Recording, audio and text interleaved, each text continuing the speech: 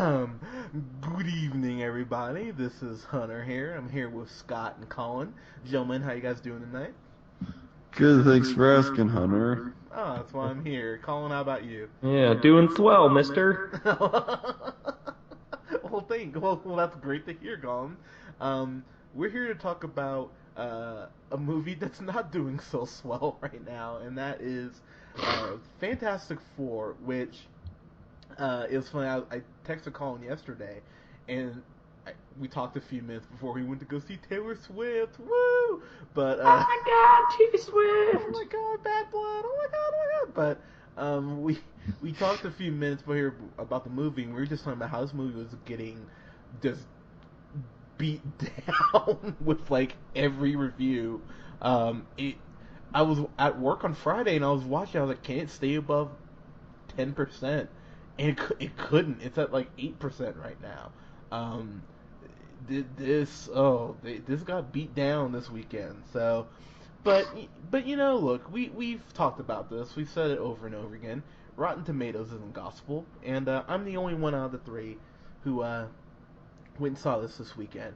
But I was sitting there. I'm like, look, it's under 10%. Hot Tub Time Machine 2, I think, is like at 14%, and I love that movie. So I was like, okay, this Rotten Tomatoes has been wrong.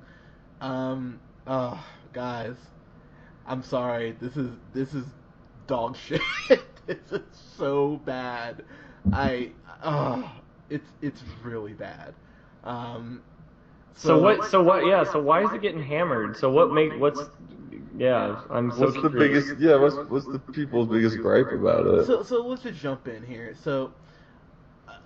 Okay, I'll give a synopsis first here. So basically, Miles Teller, who we just saw in Whiplash, and he was so fucking good in there. I really like him. I enjoy. Yeah, he was in that. Of course, he's in Spectacular Now. Me and Colin both saw that awkward moment. That's his movie. We'll just pretend he never made. Michael B. Jordan, that goes for you too. But but I think we all here really like Miles Teller quite a bit. So when I heard he was cast as Reed Richards, I'm like, okay, a little young, but okay.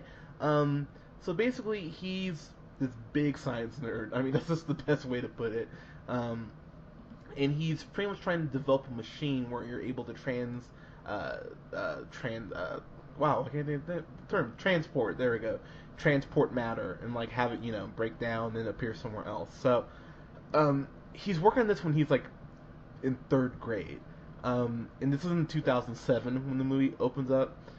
And then what's kind of weird is it jumps ahead to now, and they're telling you that Miles Teller is like 18, which come on, but like you think it's bad in the duff, it's really bad in here. But so he does the same experiment pretty much at the school, trying to transport something to another dimension, bring it back, and basically he fucks up the lighting in the school and shatters a backboard, and they're like, oh, you're kicked out of the the school or the science conference, whatever. It doesn't really matter.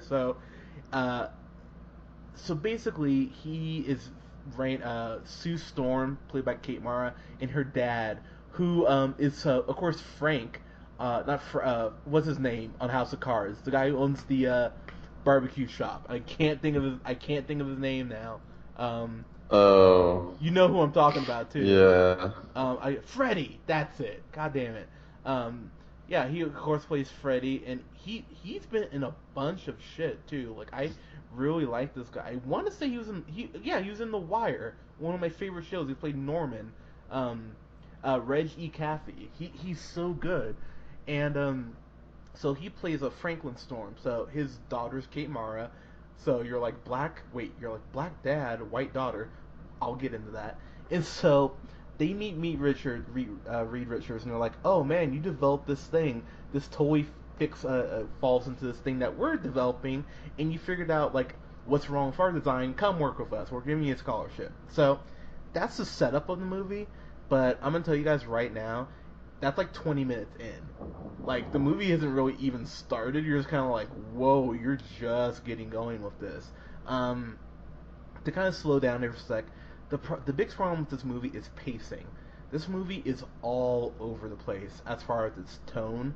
It doesn't know really how to keep a consistent tone. It never feels like it's building towards anything. I think that was the part that I was like the most amazed by.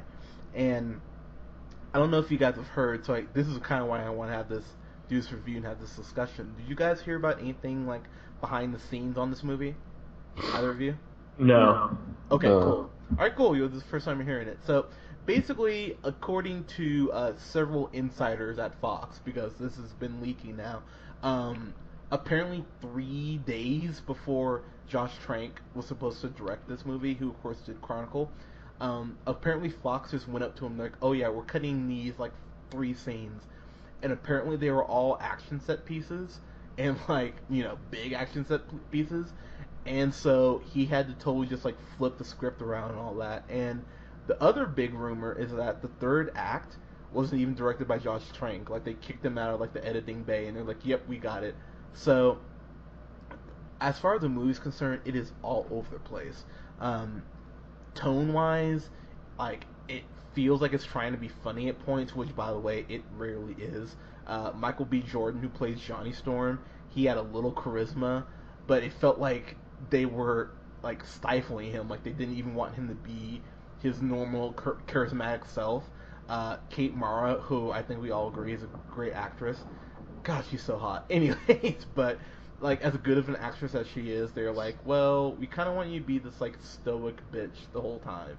And then Miles Teller, like and I love Miles Teller too, but he seems so bored just being in this movie. He just seems like he just couldn't give any less of a fuck. And I don't know if that's because it was just dialogue or if he just didn't. He was just like, I'm so over this.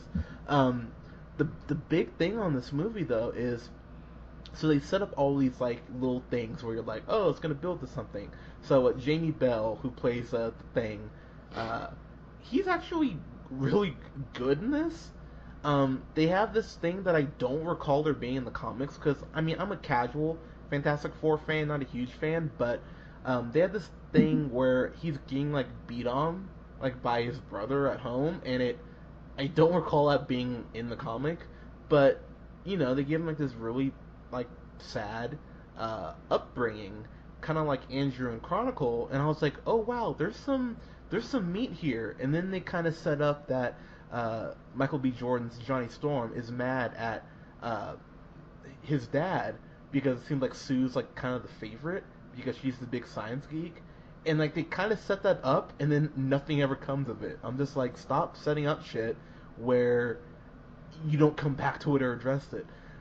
The big thing here though is Doctor Doom, who's played by Toby Kebbell, and I'm totally blanking on what you've seen him in. Oh yeah, he was in Dawn of Planet of the Apes. That's right. That's the last thing I saw him in. And he was in Rock and Rolla. So there you go. But he's he's a really good actor. But guys, he's so bad in this, and like Doctor Doom has like the most confusing power set like ever in this movie because let me explain this to you guys. So there's a point where they're like trying to save him, right? They have him like strapped to a gurney and like, all right, we're trying to save you, da da da.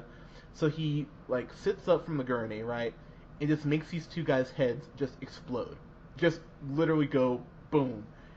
But then when he fights the Fantastic Four, there's never even like an attempt to do that move. It's just like, you could kill the 4 of them right now, it'd be over. But it's just like, oh well, and we just like punch you, and oh, force fields, apparently I have those. Sure, like the movie is just it's so inconsistent, and it feels like it's one of the worst edited movies I've ever seen. Some of the transitions between scenes are fucking like, they're jagged.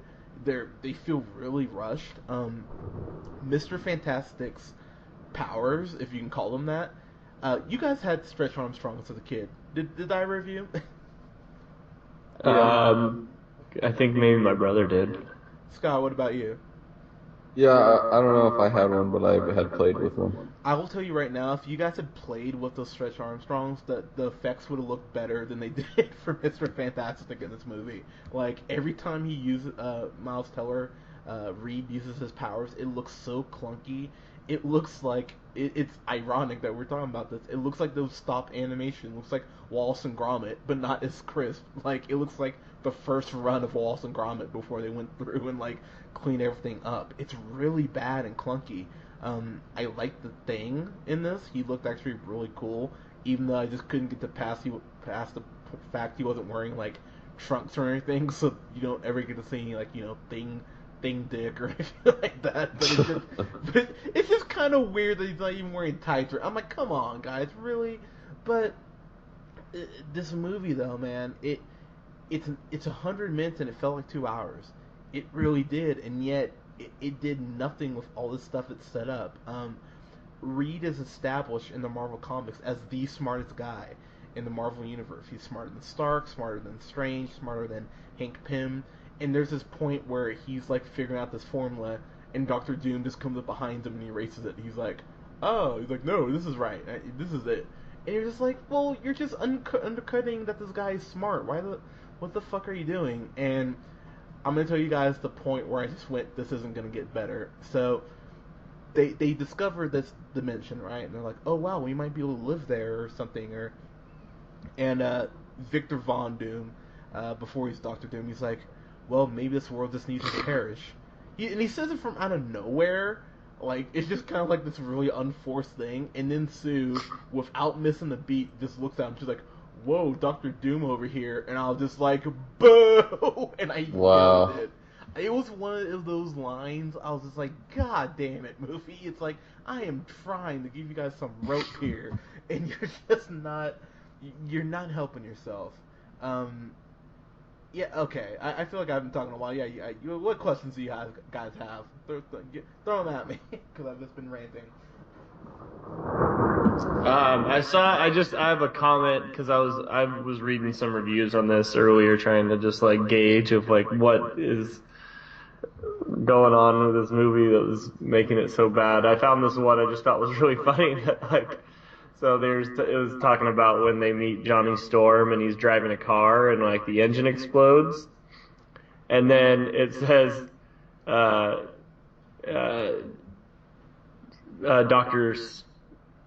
Storm tells Johnny he can't have the car back unless he comes to work at the Baxter Foundation or whatever. Yeah. Then he's like, the rationale for his inclusion is he can build anything. And then the critic was like, except of course a car engine that doesn't explode. Yeah. That is the thing though, like, cause that's the first thing he says. He's like, we don't need, like, Dr. Doom's like, we don't need any more help. He's like, he can build anything. But I was like, wait a minute, his car just exploded like 2 minutes ago. I was just reading through that and I was like, that's like the best, like, contradiction ever. And I'll tell you one thing right now. So, you know, Reed and Sue, one of the coolest actually relationships in the Marvel universe as far as like a marriage. It's really cool, like how they play it out. But in this movie, there is no chemistry between Miles Teller and Kate Mara at all. Like, there's nothing. And the only thing that kind of helped with this movie is that Michael B. Jordan, like, he's clearly the one trying. Like, as shitty some of the dialogue is that they gave him, I got a couple chuckles out of some stuff he said just because of the way he delivers lines, you know, and how charismatic he is. By the way, looking so forward to Creed, so hopefully that's good. But, like, he was good, and then there was this one scene where you see Kate Mara and Michael B. Jordan, you know, talking because they're brother and sister in the movie.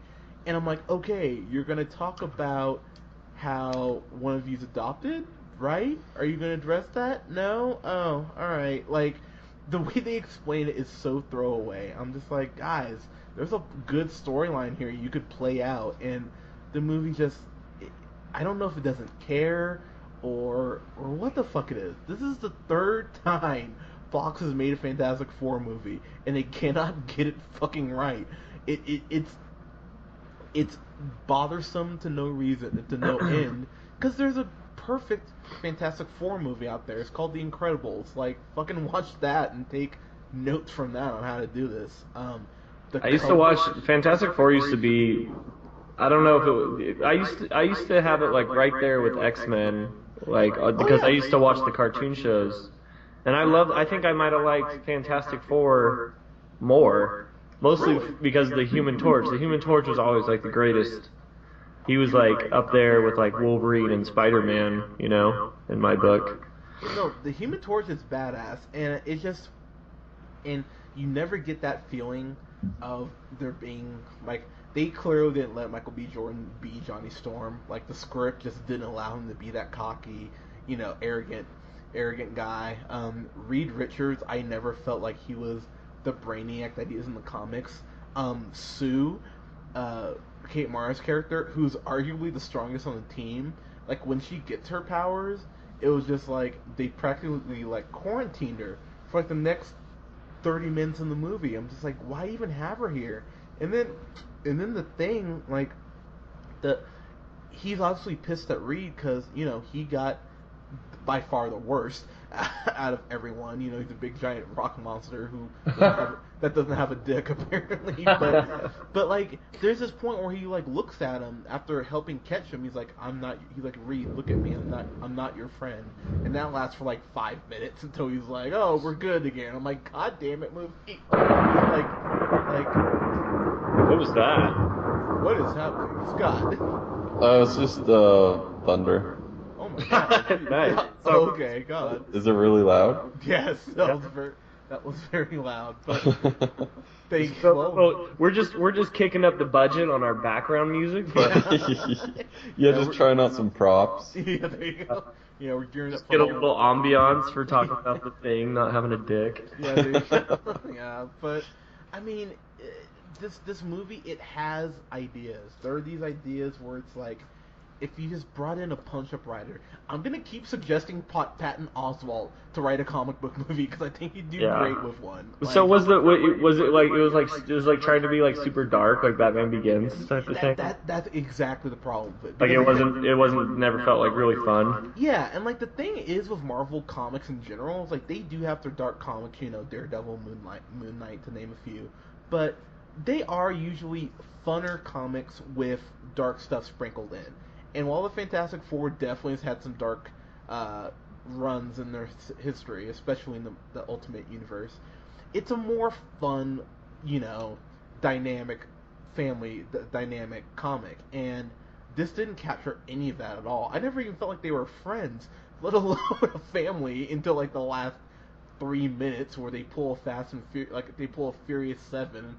And they might as well brought Vin Diesel in to say family over and over again because all of a sudden then it's like, oh yeah, we haven't really been friends this whole time, but we're a family. And okay, and the last fight scene, because I was like, okay, maybe this will be something. Oh my God, I don't even know how they beat Doctor Doom. Like, it's just one of those things. Like, he ends up in this portal that he opened, but the way he even ends up in the portal is kind of like, alright, what? And the movie's like, oh yeah, well, they beat him, aren't you happy? I'm like, not really. It's like, I don't feel like they beat him at all. And just the power of everyone just looks weird. Like, like, Sue's, like, force fields look cool, and I liked when the Human Torch flew, even though it didn't happen too often, but it just looks weird, especially Reed Richards stretching. It just looks really creepy.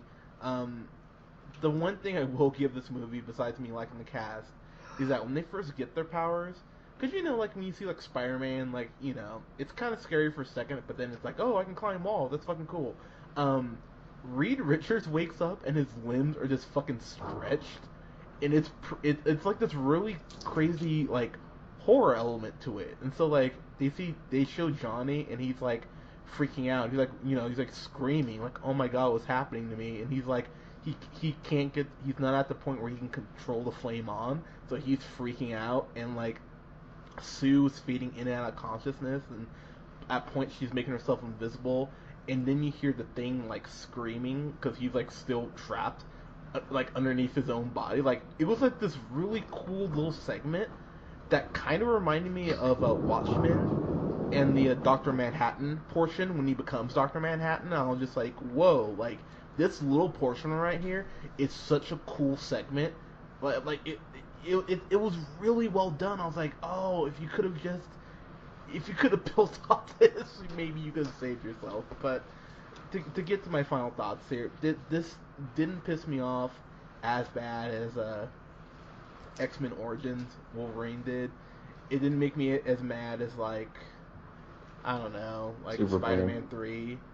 But the more I started thinking about it and just the cast they had, and the fact they had a $120 million budget, which isn't a lot, but fuck, District 9 was like 30. And the fact that the effects, for the most part, look this bad, and like that this movie takes place in like 3 places to clearly save on budget, and that it's just a waste of time. As I told one of my friends today, I was like, if I was hungover, I would find a way to get up if I couldn't find my remote and just change the channel, because it's so goddamn boring and lifeless. So I gotta give a go fuck yourself just on that. Fox, don't make Fantastic Four anymore. Seriously, god damn it, give the rights back to Marvel. You can keep X-Men, but fuck, like, leave Fantastic Four alone for a while if you're gonna keep the property.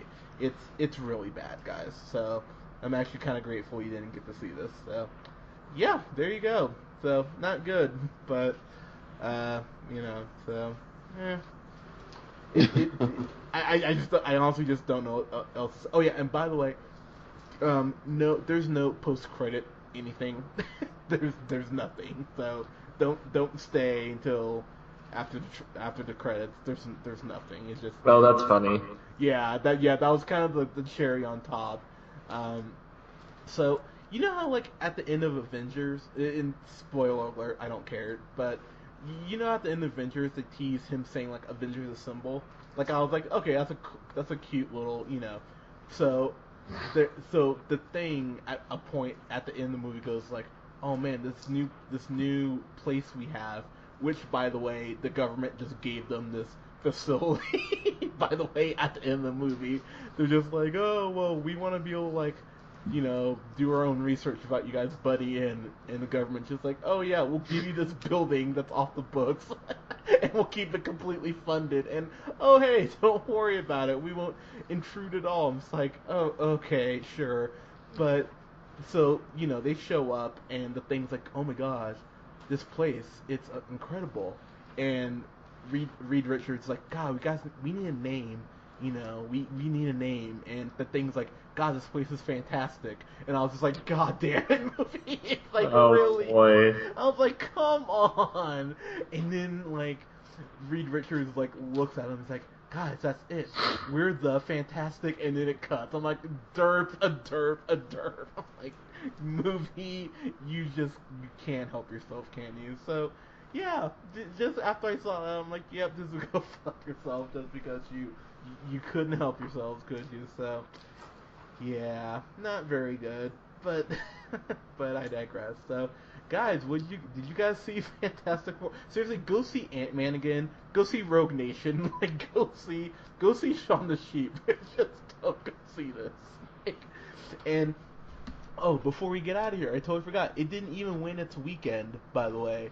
So, Mission Impossible, let's see, so Mission Impossible came in at I want to say it's I believe it's 28 million, so it didn't even win its weekend, and I mentioned earlier, the budget on this is 120 million, so, yeah. What did it make?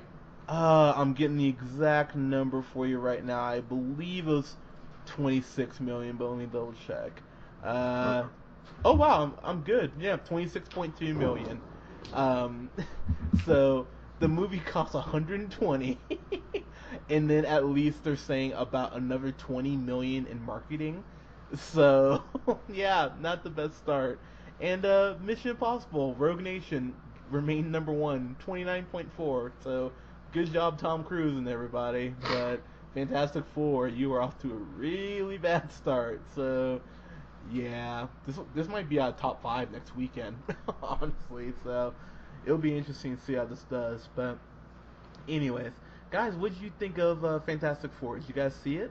Let us know what you thought in the comments below. Follow us here on SoundCloud at soundcloud.com/therealpineapple775. Like us on Facebook at The Real Pineapple. Follow me on the Twitter at JHunterRealPineapple. Follow Scott on Twitter at Newman the First. And you can follow Colin on Twitter at Buster Good Boy. That's a great Twitter handle. Alright guys, thank you so much. We're going to be on hiatus for next week because I'm heading out of town. But when I get back, I think... Oh god, something else comes out this month. I can't think of what it is now. I'm totally blanking. But, yeah, something comes out that we'll have reviews for. Oh yeah, the Man from U.N.C.L.E. comes out in the Guy Ritchie action. Cause oh god, that looks so. Have you guys seen the trailer for that?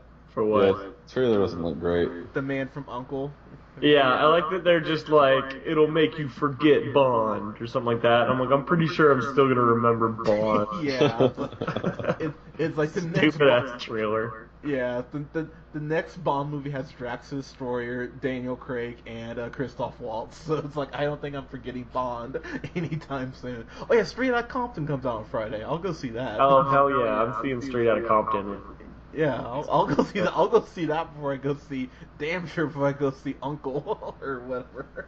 It's the same guy as the Lone Ranger. I'm not gonna go see anything else, but you know, if you guys want to go see the Man from U.N.C.L.E., let us know why you want to go see the Man from U.N.C.L.E. Because I haven't talked to one person who wants to go see that, but I'm very curious if it will make any money. The only reason I would see is because Guy Ritchie is doing it. See, and that's the one thing, but still. Like, I love Guy Ritchie. Oh, it's a remake. Oh, is it? Yeah, the first one was 1964. Well, they should have kept it in 64, because this looks really dumb. But, regardless. But, thanks guys so much, and we will talk to you guys soon. Well done, everyone. That was beautiful. that was really Yay! good. Yeah, I'm proud of you guys. I thought the MVP should go to Buster, As it always should. because he's been sleeping. Aww. Yeah! Most Like, valuable stuff goes to Buster. Most valuable stuff. Alright, so actually, even Designated ugly fat Frenchie. Aww. Oh, Oh, poor little guy. he's a cute Duff though. Yeah. Oh, Colin. Oh, we didn't talk about Get Hard. God damn it. Oh, wow, yeah. Oh, you guys saw that one? Yeah, you know, can we do that? Do you have that in you real quick? We can just get through that real quick.